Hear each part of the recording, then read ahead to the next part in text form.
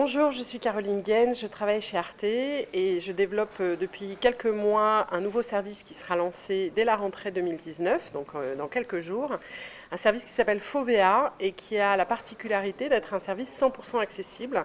Donc l'idée était vraiment de proposer un site, des extraits de vidéos issus du meilleur d'Arte et des parcours d'exercices qui sont 100% accessibles, donc handi-accessibles pour tous les enfants porteurs de handicap ou non. Donc en fait, le service est né d'un appel à projet qui a été fait par le ministère de l'Éducation nationale dans l'idée de vraiment pouvoir associer de l'innovation à des contenus de partenaires culturels ou scientifiques déjà partenaires de la plateforme EduTech. On a travaillé depuis 18 mois à développer ce service, notamment en faisant toute une partie d'expérimentation dans des classes avec des enseignants et des élèves pour nous faire des remontées d'usage afin de vous proposer un service le plus proche des besoins effectivement du terrain. Donc le site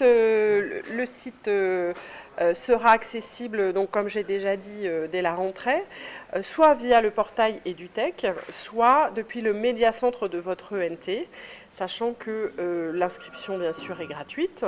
L'accès est possible à la fois pour les enseignants et pour les élèves.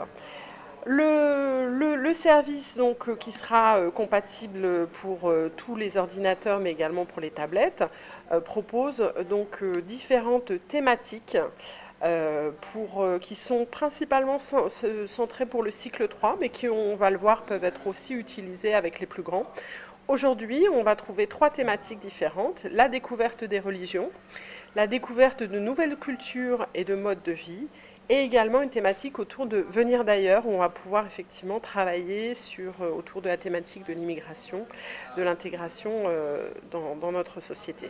D'autres thématiques viendront alimenter le service cette année. La prochaine sera l'égalité garçon-fille, et tous les trimestres, vous aurez effectivement un nouveau parcours thématique avec plusieurs vidéos et exercices associés. On peut ensuite sélectionner une vidéo en particulier, donc ici Jean Américo au Québec, pour lequel vous allez retrouver donc une notice effectivement de film avec un résumé, avec la possibilité également de pouvoir voir les vidéos ou télécharger la transcription. Donc on voit effectivement que chaque extrait est associé à une fiche pédagogique qui permettra effectivement d'avoir un déroulé très précis d'une séquence clé en main, pour lequel on a un rappel du référentiel, des objectifs pédagogiques, également des compétences visées, et une proposition déroulée en 3 séances. Une première séance pour découvrir, une deuxième séance pour comprendre et ensuite pour produire, avec pour chacune des séances des propositions vraiment très concrètes de travail avec les enfants, donc autour d'activités possibles, de visionnage, et ensuite de travailler sur les différents exercices qui seront proposés en ligne. Donc l'enseignant a vraiment un conducteur très précis de ce qui est ensuite proposé en ligne.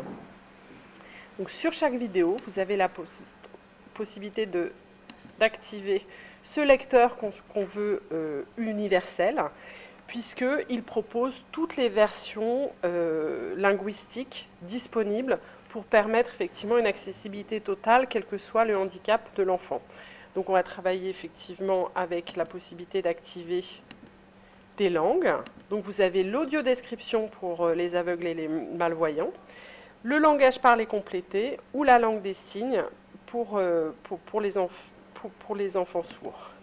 Donc si on prend le langage parlé complété, vous voyez que vient s'associer à côté de la vidéo source la traductrice, la codeuse, qui va effectivement être... J'ai 9 ans, j'habite à Tadoussac, au Québec. Qui va effectivement être totalement synchronisée. On a la possibilité de compléter avec l'affichage de sous-titres, donc soit de sous-titres classiques ou de sous-titres portant la norme des sourds et des malentendants. Et je peux également régler les paramètres d'affichage de ces sous-titres, notamment pour adapter la police pour les dyslexiques, la couleur de l'arrière-plan également, ou la taille, ce qui permet d'avoir Tadoussac, c'est le plus vieux village d'Amérique du Nord. Tous les matins, ma maman me réveille à 6h30. Un dernier paramètre qui est possible d'activer, c'est la vitesse de la lecture, donc de façon à notamment baisser le rythme pour faciliter la compréhension de la Je lecture. regarde un programme éducatif en espagnol. Voilà, donc différents paramètres de lecture auxquels on a également associé des outils pour faciliter le fait de répondre aux exercices.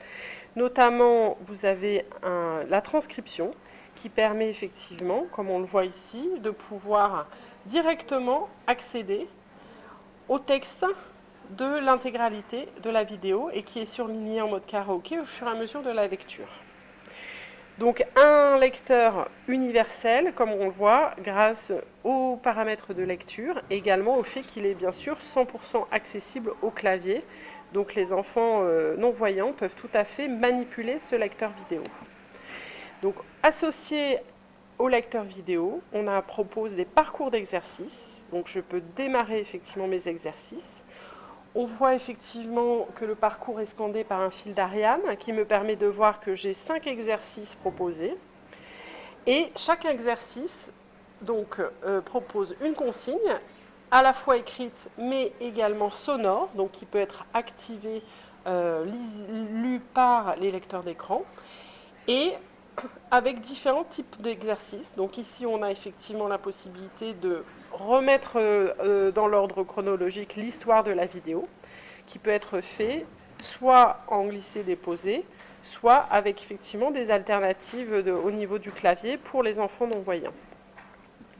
Différents d'autres exercices sont proposés, soit des exercices classiques, on va dire, comme ici, des QCM, donc possibilité de passer d'une question à l'autre, et là encore toujours accessible au clavier. L'enfant peut, si besoin, toujours retourner à la vidéo pour pouvoir chercher la réponse à la question. Je peux passer à l'exercice suivant, même si je n'ai pas effectivement complété, finalisé l'exercice. Donc là, on a une autre typologie d'exercice classique, texte à trous. Donc je peux effectivement soit glisser, déposer, soit l'alternative, travailler sur le clavier pour sélectionner une réponse. On a également travaillé sur des typologies d'exercices qui travaillent vraiment autour du lecteur vidéo pour vraiment faire en sorte de promouvoir l'éducation à l'image ou par l'image et d'aider effectivement les enfants à décrypter une image, trouver une information sur une image. Donc le premier, c'est par exemple ici, on propose de repérer l'image, une image particulière du film et de pouvoir la rechercher sur le lecteur et de pouvoir effectivement associer un marqueur dans lequel l'élève sera amené effectivement à décrire l'image qu'il voit.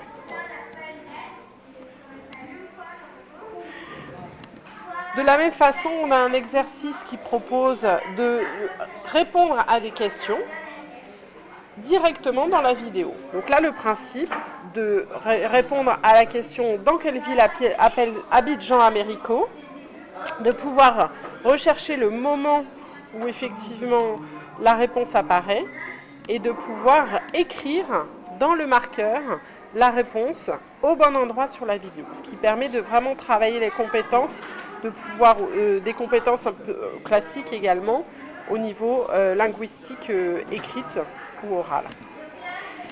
Le parcours est finalisé et l'enseignant a la possibilité, depuis son compte personnel, d'avoir une vue sur ces différentes classes et notamment sur ces différents élèves pour voir l'évolution des parcours d'exercice des différents élèves qui peuvent donc soit à la maison, soit en autonomie sur les ordinateurs de la classe, peuvent chacun, de leur côté, faire le parcours d'exercice. Donc on voit ici que j'ai un parcours qui a été fait avec des mauvaises réponses, puisqu'on a effectivement une croix, soit des exercices non effectués, soit des exercices qui ont été réussis. Et je peux rentrer dans le détail. Donc si je veux voir ce qu'a effectué mon élève sur ce premier exercice, et je vois exactement, alors là, toutes les réponses sont fausses, mais j'aurai le détail de l'ensemble de ces réponses et de pouvoir vraiment travailler élève par élève sur les corrigés des différents parcours d'exercice. Donc aujourd'hui, on a effectivement 3 thématiques avec 12 parcours d'exercice associés. Une nouvelle thématique sur l'égalité garçon-fille sera en ligne au premier trimestre de la rentrée. Et 3 autres thématiques viendront effectivement alimenter le service au fur et à mesure. On a choisi de travailler plutôt autour du cycle 3, sachant qu'on voit que la thématique, par exemple, des découvertes des religions ou la thématique venir d'ailleurs peut tout à fait être utilisée pour du cycle 4 sans souci. On a pu tester, les élèves étaient tout à fait intéressés par la thématique. Est-ce qu'il y a un feedback direct pour l'élève ou pas? C'est-à-dire que s'il Oui. finit, c'est possible ça? Alors en fait, ce qu'on a, c'est qu'à chaque exercice, quand il fait un exercice, on lui dit si il a bon ou pas. Il faudrait que je puisse éventuellement en trouver pour montrer. Donc en fait, pour chaque exercice, on a effectivement tout de suite la réponse. On lui dit recommence pour qu'il puisse effectivement le refaire. Au bout de 3 essais, on lui montre les bonnes réponses. Mais à tout moment, il peut passer à l'exercice suivant. C'est jamais bloquant en fait, de façon effectivement à ne pas frustrer l'élève. Mais ça, il y a un voilà. Et ça fait partie justement des remontées qu'on a eues de l'expérimentation. On nous a demandé, alors je ne sais pas si on pourra le faire tout de suite, de pouvoir en fait à la fin du parcours d'exercice, de pouvoir même avoir un résumé des différentes réponses et de pouvoir l'imprimer pour qu'il y ait la possibilité de laisser une trace écrite dans le cahier de l'élève. Donc ça, c'est vraiment, ça fait partie des remontées effectivement de l'expérimentation. Oui, alors en fait, on n'a pas travaillé sur les smartphones, effectivement, parce qu'on voit que un des piliers du service, c'est vraiment de faire des exercices et que juste l'interface si petite des smartphones n'était pas idéale. Donc on a vraiment travaillé pour les tablettes et les ordinateurs. C'est compatible PC, Mac, Linux. Et sur les tablettes de la même façon. Alors c'est très difficile, ça on tient à le rappeler parce que le numérique on pense que c'est toujours facile et au contraire il faut voir que la rétrocompatibilité sur des matériels qui sont très anciens est complexe. Mais on essaye au maximum effectivement de faire en sorte que ce soit compatible avec l'ensemble des équipements des établissements scolaires. Ou est-ce qu'on est obligé de tout, une fois qu'on a lancé un parcours, est-ce qu'on est obligé de tout traiter d'une... Non, c'est toujours, alors que ce soit pour l'élève ou l'enseignant, on a un accès donc à mon compte, et dans mon compte, j'ai les vidéos que j'ai consultées et mes parcours. Donc en fait, je peux finir les exercices. Alors là, je peux les partager, donc typiquement pour un enseignant, il peut partager, donc dire « Ah bah cet exercice, je veux effectivement que mes élèves puissent le faire ». Donc soit à toute ma classe, soit de façon seulement à un seul élève si besoin. Voilà. Et de la même façon, l'élève il aura son petit compte avec les vidéos qu'il a consultées et les parcours. Et lors de l'expérimentation, on a vu effectivement que les enfants, alors parce que tous les enfants ne vont pas au même rythme, donc qu'ils étaient très à même de vouloir voir d'autres vidéos et de pouvoir avancer sur les exercices en parfaite autonomie. Donc ça a plutôt fonctionné effectivement très bien. Et le retour des profs, c'était d'être vraiment étonnés sur l'efficacité de la vidéo, sur en fait à la fois ce que les élèves pouvaient comprendre et ce que les élèves pouvaient retenir. Et donc vraiment étonné sur le média vidéo en tant que tel, avec aussi le fait que, surtout sur les élèves non-voyants, où en fait ils n'ont quasiment jamais l'exercice. De la même façon pour les élèves, pour les enseignants qui travaillent auprès d'élèves sourds, ils me disaient en fait Les sous-titres, le peu de vidéos sous-titrées, en fait, ça va trop vite. Les sous-titres sont trop complexes. Et donc, c'est pas du tout adapté. Ce qui était étonnant aussi de voir, c'est que pour les enseignants, ça les aide à accompagner les élèves dans l'apprentissage de leur langue. Donc en fait, par exemple, pour les élèves qui apprennent le langage parlé complété, au moins ils ont une vidéo ressource où ils peuvent s'entraîner, parce qu'ils sont, en fait, ils sont pas encore, comment dire, ils sont pas encore totalement à l'aise avec le fait de savoir effectivement lire correctement les langages. Donc ça, c'était étonnant de voir que ça servait aussi à ça. Ce que nous remontaient aussi les enseignants, c'est de voir que souvent, alors ça c'était plutôt, on a travaillé avec une école dans un hôpital de jour et avec des enfants qui avaient donc des troubles autistiques, donc c'était des adolescents entre 14 et 17 ans.